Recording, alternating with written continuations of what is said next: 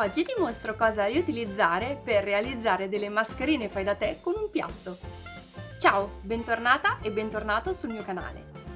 L'Istituto Superiore di Sanità finalmente ha dato il via libera anche all'utilizzo di mascherine fai da te. Uno studio americano poi ha testato l'efficacia di diversi materiali. Quindi nel tutorial di oggi ti mostro alcuni dei materiali che puoi utilizzare. Nella descrizione sotto a questo video trovi anche il riferimento all'articolo che ho letto e che parlava proprio di questi materiali da poter riutilizzare. Nel tutorial di oggi ti mostro come fare quindi le mascherine fai da te con un piatto. Ho imparato a farle in questo modo guardando un altro tutorial su YouTube e quindi nella descrizione troverai anche il link a quel tutorial. Se ti piacciono tutorial come questo, ti consiglio di iscriverti adesso al mio canale cliccando su iscriviti e sulla campanella per non perderti nessuno dei prossimi video. Ora passiamo al tutorial. Continua a guardare.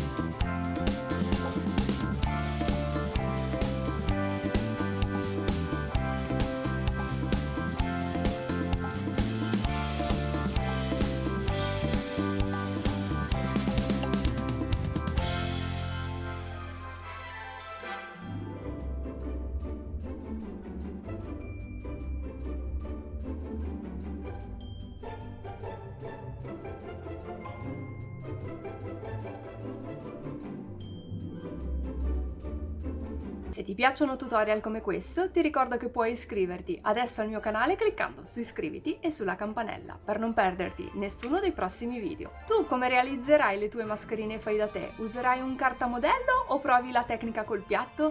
Fammelo sapere nei commenti. Puoi anche mandarmi le foto delle tue creazioni tramite Instagram o Facebook. E se questo video ti è piaciuto potresti lasciarmi il tuo like e condividerlo sui social. Io ti ringrazio fin da ora. Noi ci vediamo alla prossima. Ciao!